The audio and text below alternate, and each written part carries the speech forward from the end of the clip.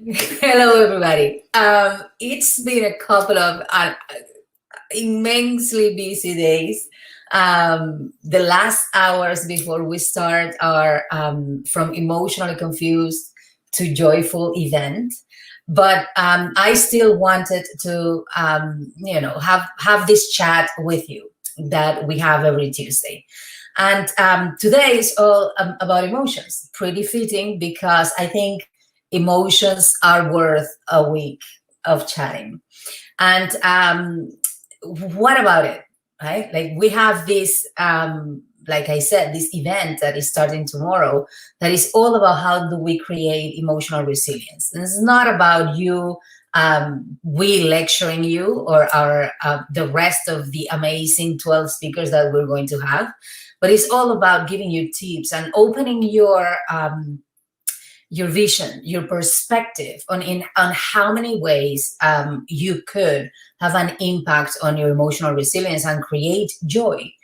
But before we get there, I think we needed to have a little bit of a chat and explore where are you at when it comes to your emotions.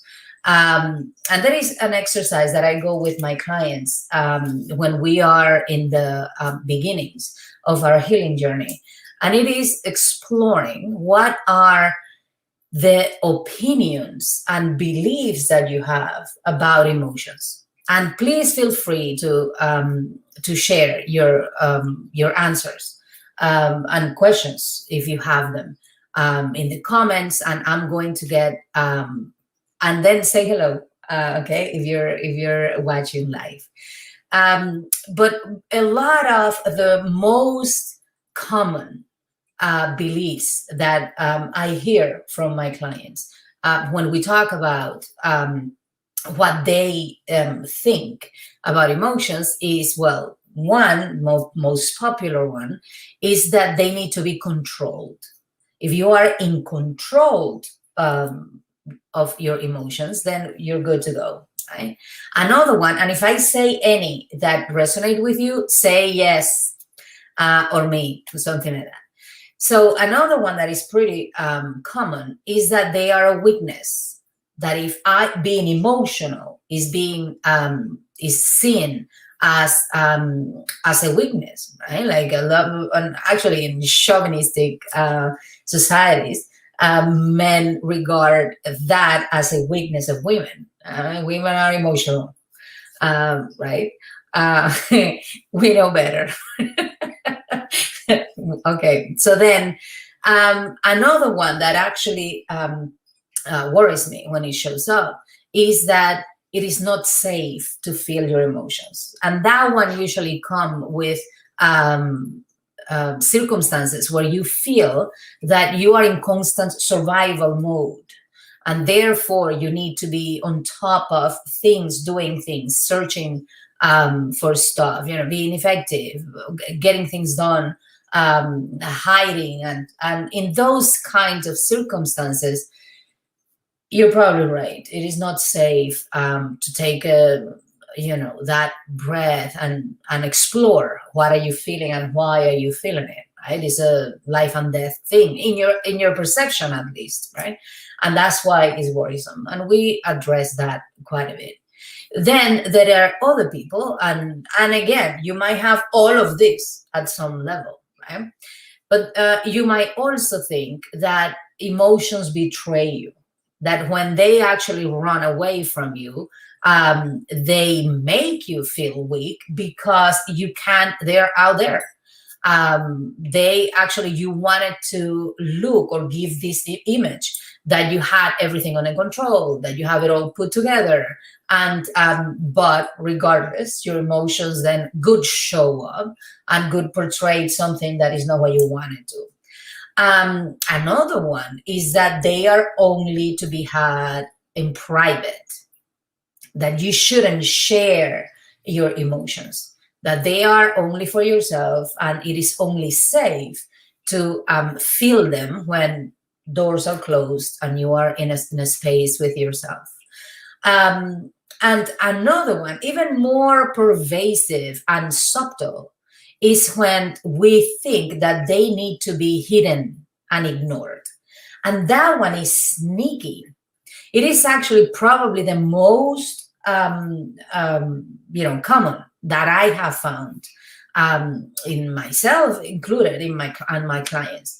And it is when we hide them so well, we convince ourselves, we believe our own story so well that then it comes a time where you don't notice them when they are hidden even from yourself because you have ignored them for so long.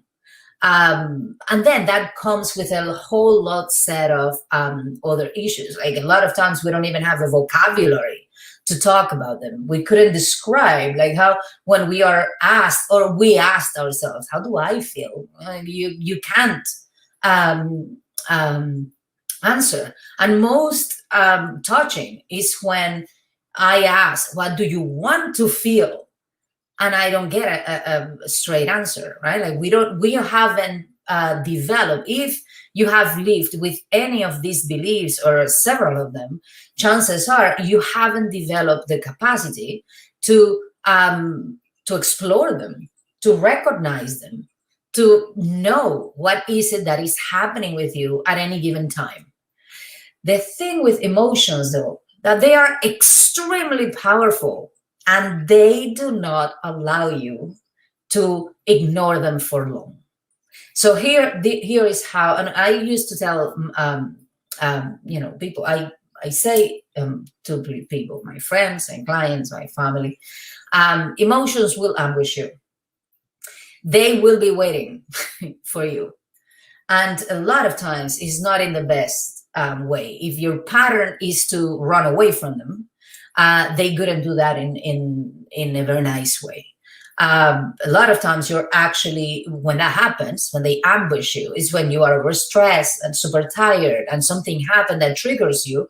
And all of a sudden you are portraying the emotions that are related to what just happened and those that are not. And you are overly reacting and feeling things that are not in accordance with the level of whatever happened before.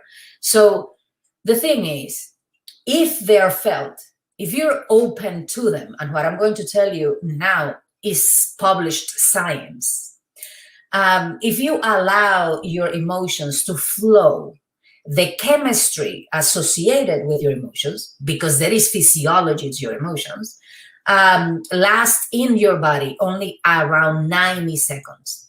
In 90 seconds, your body is capable of processing the chemistry of your emotions. That is when you're open to them, when you embrace them, when you are capable of recognizing them and learn from them, and all of those things. But when you haven't done that, when you don't know how to, you're not in the habit. The thing is, they can last pretty much a lifetime until you get to them, because the only way to the other side is through them. It's not around or on top or underneath. It's through your emotions. But if you don't do that, they will be there your whole life. And they can show up in your life in other ways as emotional imprints, because they will constitute a trigger. Just like I was saying, right? You will be emotionally triggered by something. Somebody said something and you will overreact or snap or start crying without an obvious justification for it. So that is an emotion that you have not processed that is coming out, and is going to be there until you learn from it. Another way they get imprinted is mentally. So then they have all of these beliefs, they create, or you have all of these beliefs that we discussed. And the thing is, then they create predisposition. So in your mind, you are going to set the circumstances for things to happen in exactly the way you feel or you think they should. You are going to be hurt, and you will. You're going to be betrayed, and you will. You are going to be made fun of, and you will. You're going to be regarded as weak, and you will. And all of those mental predisposition comes from an emotional state that you hadn't processed. And the third level of imprint that you acquire when you don't process your emotions is at the energetic level. And an energetic blockage can be extremely tricky. And it can show up from pain. It can be chronic pain, definitely chronic pain, when there is no, and that's probably why conventional medicine is unable to solve those issues, and then just painkillers are rampant in our world. So they will create pain in your body, but they will go all the way to create illness, acute and chronic of any other kind, from allergies to cancer, if that is the ultimate illness in your range. So the thing is that what you want? Are you comfortable being there? Playing ping pong and hide and seek with your emotions, and feeling hopeless or ineffective in a lot of circumstances in your life. Or maybe you are one of the few people, like a very small percentage out there, that has learned to embrace them. And by the way, that's how or what my clients and I, is one of the first things we learn how to heal, is how do you get in touch with your emotions in a way that you feel safe to do so. So the thing is, why is this important? Why would you? Maybe like any human, I'm not criticizing it, like any human, you might think that, okay, I know this. I know what is happening to me now. I am familiar with this. Therefore, I am not risking, shaking the cradle. And that's okay. If you're not ready to do so, well, you might be. But the thing is, happiness would elude you, because everything that we experience in life, we have manifested, is coming as a reflection of whatever vibration, energy vibration that you are or you are creating inside of yourself. So what if you embrace your emotions? Everything we manifest from our mind. And keep in mind that only 5% of your mind is conscious. So this is not about what you set up to do, or the goals that you have, or the very specific settings and targets that you put yourself out there. These are determined mostly by the 95% of your mind that is subconscious and is harboring all of those limiting beliefs that are creating a cross purpose in your life. So we manifest from that mind, conscious or subconscious, chances are that's the one, right? But we manifest with our emotions. Our emotions is what is going to regulate the level of vibration of what we are broadcasting and therefore attracting into our lives and to ourselves.